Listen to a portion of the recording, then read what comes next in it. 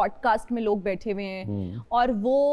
एक दूसरे को ब्लेम कर रहे हैं, ब्लेम गेम चल रही है, या फिर वो इंडस्ट्री की तबाही का बायस एक दूसरे को ठीक है ठहरा रहे हैं कि जी इसने ऐसा किया, इस वजह से हमारी film industry. Do you think this is correct? देखिए, मैं भी उसका हिस्सा बना हूं, मैंने भी इंटरव्यू किया, मेरे में तो कोई कंट्रोवर्शन नहीं निकला। डिपेंड्स, आप है ना, मैं बाबर अली,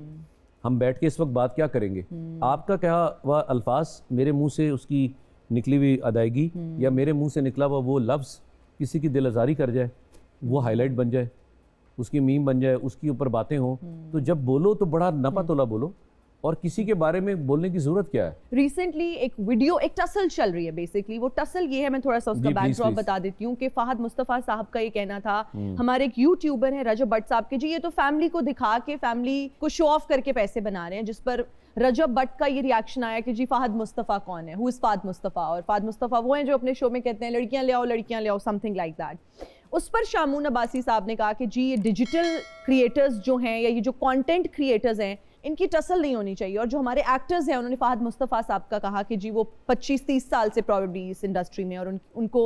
जो है ना रिस्पेक्ट करनी चाहिए जो उनके बारे में इस तरह की स्टेटमेंट्स दे रहे हैं। आपको लगता है कि ये सही है? आप डिजिटल मीडिया की भी जब हम बात करते हैं, अगर आपने एक प्लेटफॉर्म बिल्ड किया है, आप यूट्यूबर हैं, आप ब्लॉगर हैं, उसमें भी आपने कहीं ना कहीं मेहनत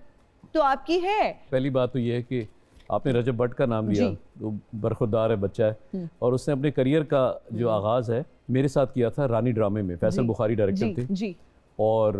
मैंने उस बच्चे को जब मेरे साथ वो काम कर रहा था उस वक्त देखा था, वो रोल ऐसा था जिसमें आके उसने गिड़गिड़ाना है, मेरे घुटने पकड़ने और मुझसे माफ़िया मांगनी है, तो मैंने उस वक्त भी उसका जुनून देखा। ऐसा नहीं है कि मैं यूट्यूबर्स को नहीं जानता, क्यों नहीं जानता,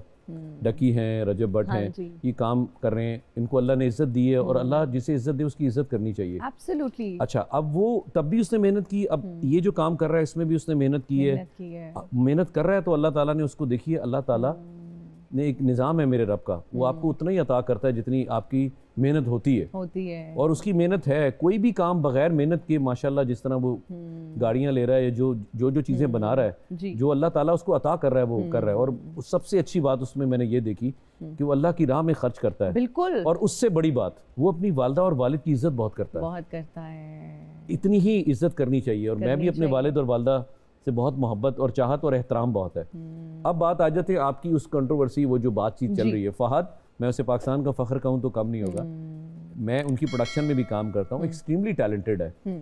मैं नहीं जानता इनका कुछ चल रहा है आपस में, मैंने नहीं देखा, मैं अगर दोनों तरफ से कोई क्रॉस बातें हुई हैं तो हम जैसे किसी बड़ों को बीच में करके उसको ख़त्म कराना चाहिए। दोनों को अल्लाह ने इज्जत दी है, दोनों अपनी अपनी जगह मेहनत कर रहे हैं। अगर कोई ये बच्चा इसने बात कर दी है तो वो फहद को दरगुजर करनी चाहिए, अगर फहद ने कर दी है तो रजब को करनी चाहिए। दोनों ही काबिल एहतराम है और दोनों ही हमारे मुल्क का नाम है। इंसानों में बेहतरीन वो है जो दोनों तरफ की सुलह कराए। वाह वाह वाह, तो ये तो मजे लेके आपने इतनी अच्छी बात की। हम मजे लेंगे ना, हाँ रजब ने कह दिया, ओह फहद नहीं कह, नहीं कुछ नहीं, दोनों बच्चे हैं यार, दोनों ही टैलेंटेड है और दोनों की फैन फॉलोइंग है माशाल्लाह, बहुत ज्यादा, और अपनी अपनी जगह दोनों माशाल्लाह अपने काम के किंग हैं। अच्छा, आपने कभी